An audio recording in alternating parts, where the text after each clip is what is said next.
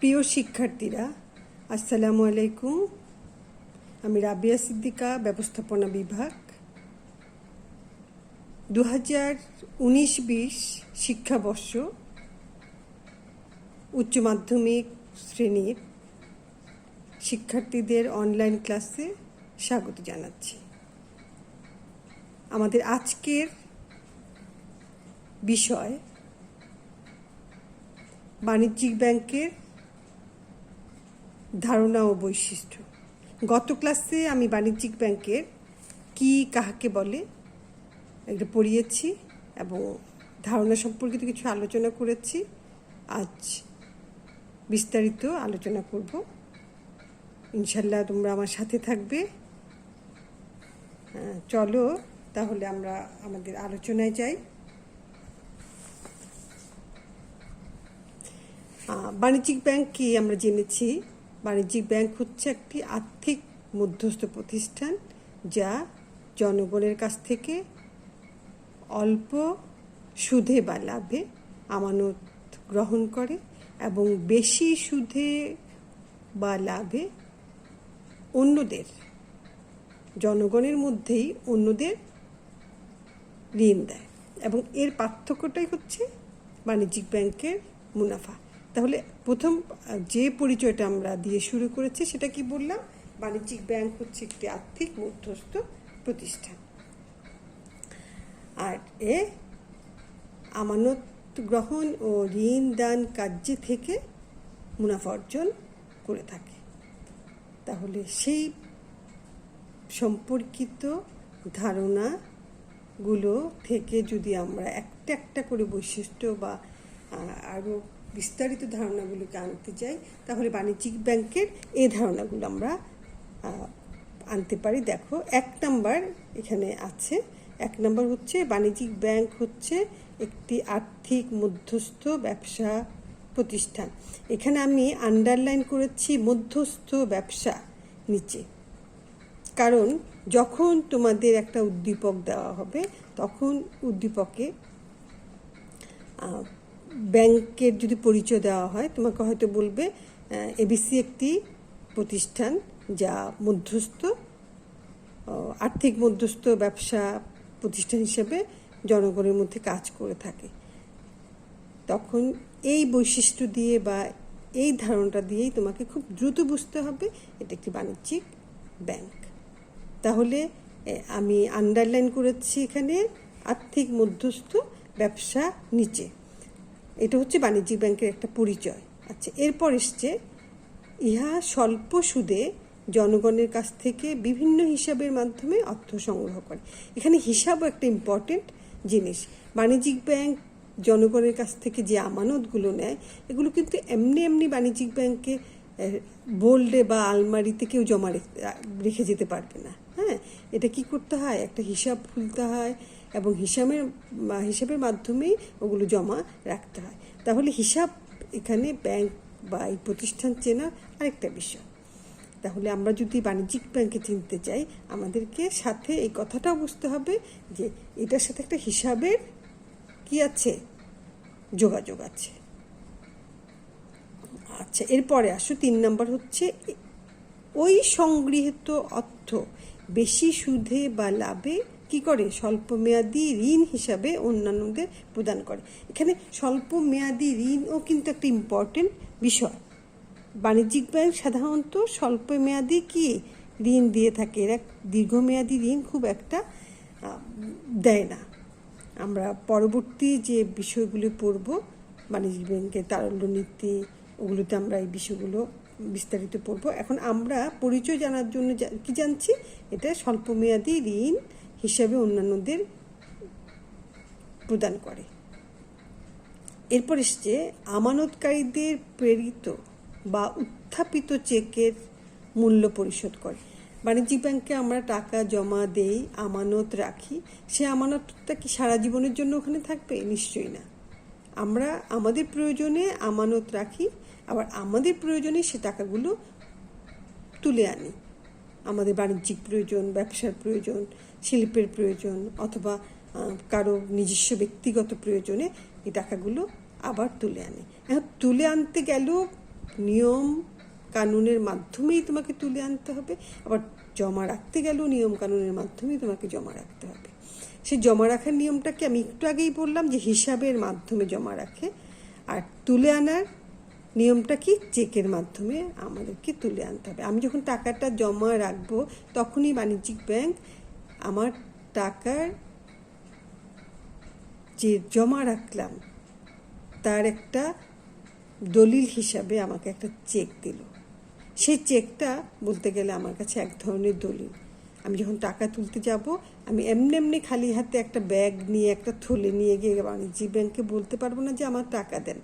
আমাকে কি করতে হবে, আমার চেক নিতে হবে, চেকে আমার প্রয়োজনীয় যা যা লেখার সব লিখতে হবে, এবং তারপরে আমি সেই চেকটা যখন প্রেরণ করব অথবা উত্থাপিত করব, তখনই বাণিজ্যিক ব্যাংক আমাকে আমার চেকের সমপরিমাণ মূল্যটা পরিশোধ করবে। আচ্ছা, তাহলে আমি 4 নম্বরে উত্থাপিত চেকের মূল্য পরিশোধে একটা আন্ডারলাইন করেছি। এটাও বাণিজ্যিক ব্যাংকে চেনার জন্যে একটি বড় পয়েন্ট। এরপর এসছে, ইহা বিভিন্ন ধরনের ব্যাংকিং সেবা সুবিধা প্রদান করে। সেবা সুবিধা বলতে আমরা কোন ধরনের সেবা সুবিধা বুঝবো? এখানে কিন্তু রোগীর সেবা না, আমি রোগী হিসাবে গেলাম, আমাকে সেবা করলো, ওই ধরনের কোনো সেবা এই ধরনের আর্থিক প্রতিষ্ঠানগুলোতে নাই, এই ধরনের বাণিজ্যিক প্রতিষ্ঠানগুলোতে নাই, ওগুলি হাসপাতালে। হ্যাঁ, তাহলে আমার কি সেবা প্রদান করবে? বাণিজ্যিক ব্যাংক আমাদের দ্রুত ব্যাংকিং কাজগুলোর সমাধা করার জন্য সেবা প্রদান করবে। যেমন আধুনিক যে প্রযুক্তিগত ব্যাংকগুলো আমাদের কোন ধরনের সেবা প্রদান করে? অনলাইন ব্যাংকিং সেবা। আমরা এটিএম কার্ডের মাধ্যমে টাকা তুলি, আমরা ডেবিট কার্ড, ক্রেডিট কার্ডের মাধ্যমে আমাদের লেনদেন সম্পন্ন করি। তারপরে কোনো ব্যাংক কিন্তু তাদের ক্লায়েন্টদেরকে একটু সুন্দর একটা বসার ব্যবস্থা করে দিচ্ছে। হ্যাঁ, ওদের রিসিপশনটা আলাদা ধরনের, একে তো ওখানে একটা চাকচক্য তো থাকে, এরপর আবার দ্রুত সেখানে যেন কাজ করতে পারে, এই জন্য বেশ কয়েকজন ব্যাংকার বা কর্মী আমাদেরকে সহায়তা করেন।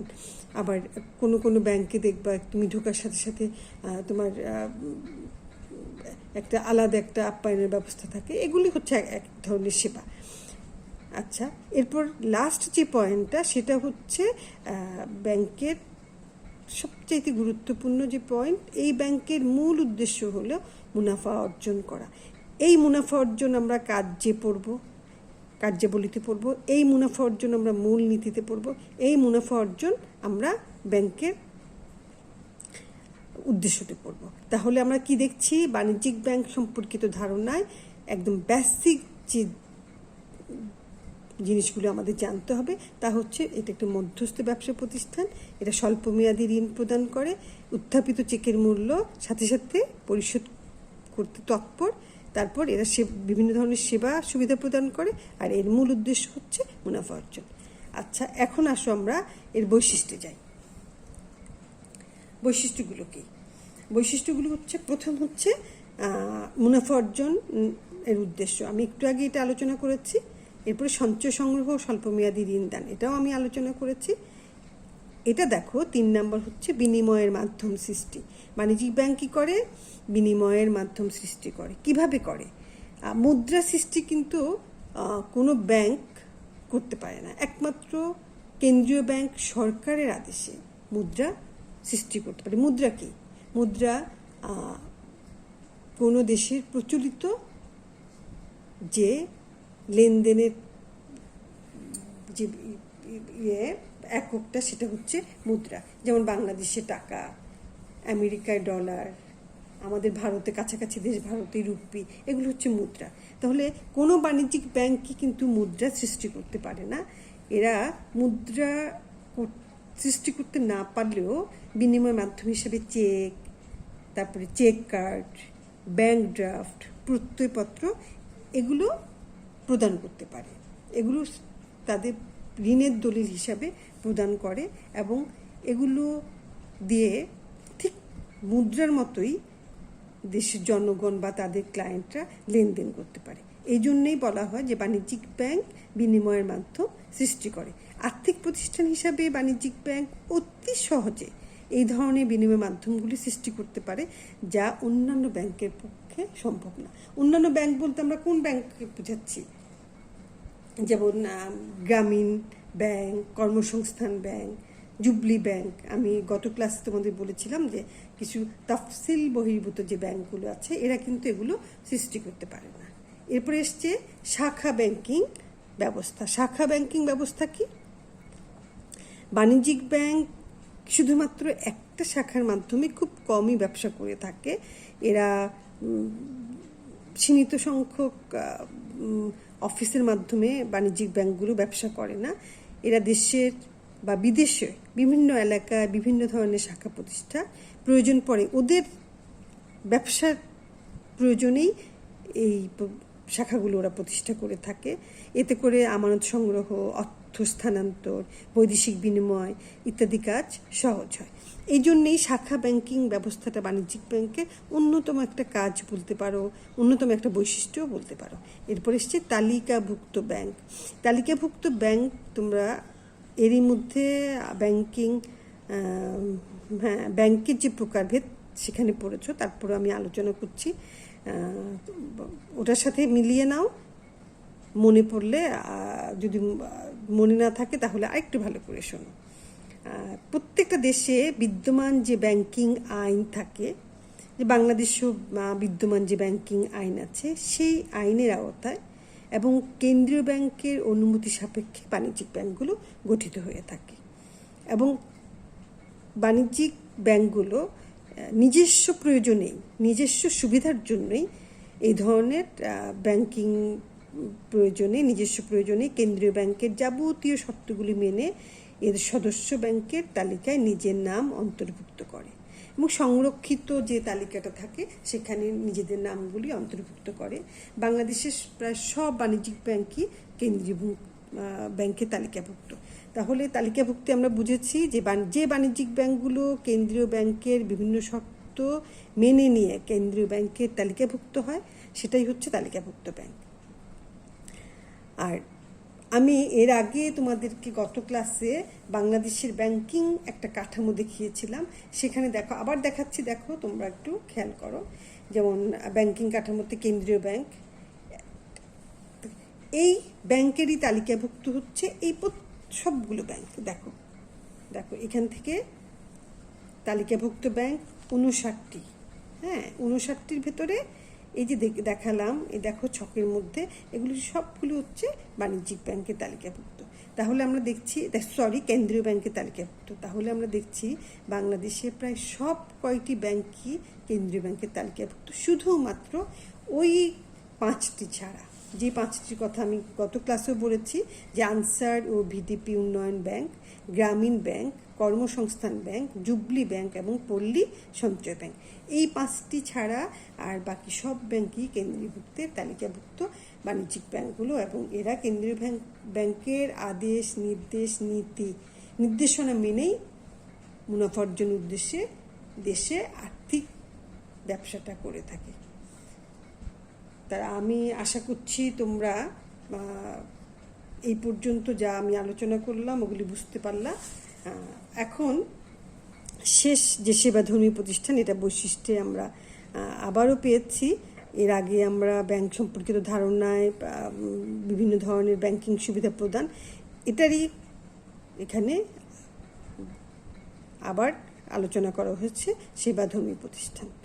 তাহলে আজকে আমরা কি আলোচনা করলাম? বাণিজ্যিক ব্যাংক সম্পর্কিত ধারণা, যেখান থেকে আমরা উদ্দীপকে পড়েই কি পাবো, এটা কোন ধরনের প্রতিষ্ঠান, ব্যাংক না ব্যবসা প্রতিষ্ঠান, এটা জানার জন্যে বাণিজ্যিক ব্যাংকের ধারণাটা ইম্পর্টেন্ট। এরপরে এসছে বৈশিষ্ট্য, এই বৈশিষ্ট্যগুলো দিয়েও আমরা কোন ধরনের ব্যাংক সেটা বের করতে পারবো।